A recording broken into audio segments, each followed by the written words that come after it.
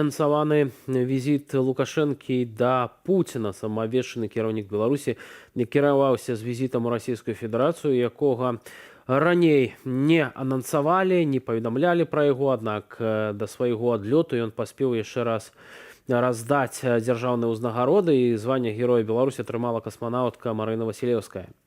Па яе ў Маскву адправілі асабісты бізнес-джэт сям'і Лукашэнкі. Дарэчы, пасля ўзнагароджання Васілеўская зноў паляцела ў Маскву разам з узурпатарам. Все самое тяжелое позади. Лукашенко лічыць, што ейны палёт – гэта новы ўзровень удзелу ў касмічных праграмах суверэннай Беларусі. Зам значительный личный вклад в освоение космоса присвоить. Звание Герой Беларуси с вручением медали Героя Беларуси и удостоверения космонавта. Василевской Марине Витальевне, космонавту Республики Беларусь.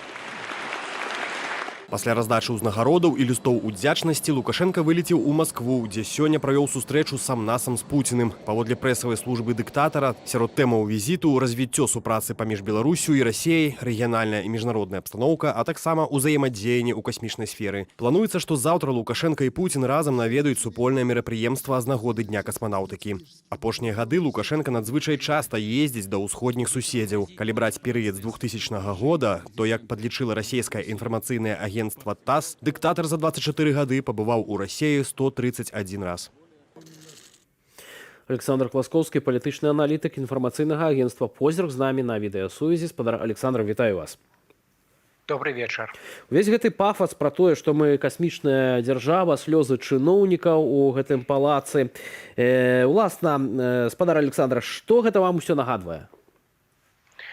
Ну, гэта ўсё нагадвае танны спектакль. Глядзіце гэту касманаўтку Васілеўскую, як экспанат туды-сюды цягаюць.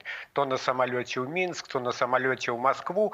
Ну, Лукашенко хоча за кошт гэтага выглядзець перадавым таким правителем, ведаеце, лідарам перадавой дзяржавы. Але, па-першае, ён спазніўся гадоў на 60. Ён жыве ва ўяўленнях яшчэ свайго юнацтва, калі быў палёт Гагарына, калі здавалася савецкім людзям, што абставілі ўжо Амерыку. Усё гэта даўно ў мінулым, і сёння ўжо болей чым 40 краін прадстаўнікі пабылі ў космосе. Таму нічога надзвычайнага, ну але гэта для Лукашэнкі падстава надзімаць шчокі і паказваць, што ён кіраўнік вялікай нібыта дзяржавы.